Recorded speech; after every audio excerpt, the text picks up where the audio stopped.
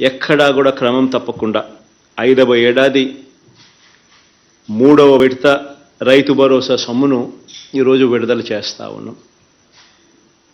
దాదాపుగా 53,58,000 మంది రైతన్నలకు వారి కుటుంబాలకు మంచి చేస్తూ బటన్ నొక్కి ఈ 3వ విడత సందర్భంగా ఈ సంవత్సరం ఈ ఏడాది చేస్తూ ఉన్న ఈ రైతు భరోసా సాయం ఒక్కో రైతన్న కుటుంబానికి మరో 2,000 రూపాయలు చొప్పున నేరుగా 1,078 కోట్ల రూపాయలు వారి ఖాతాల్లోకి జమ చేస్తూ ఉన్నాం.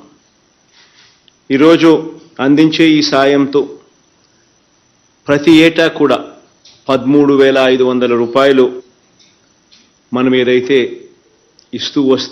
ఇస్తూ వచ్చామో ఈ 5 సంవత్సరాలలో ప్రతి రైతు కుటుంబానికి ఒక రైతు పక్షపాత ప్రభుత్వంగా ఈ 5 సంవత్సరాలు క్రమం తప్పకుండా 13,500 రూపాయలు ఇంటూ 5 సంవత్సరాల కింద 67,500 రూపాయలు ప్రతి రైతన్నకు ఇచ్చినట్టు అవుతుంది.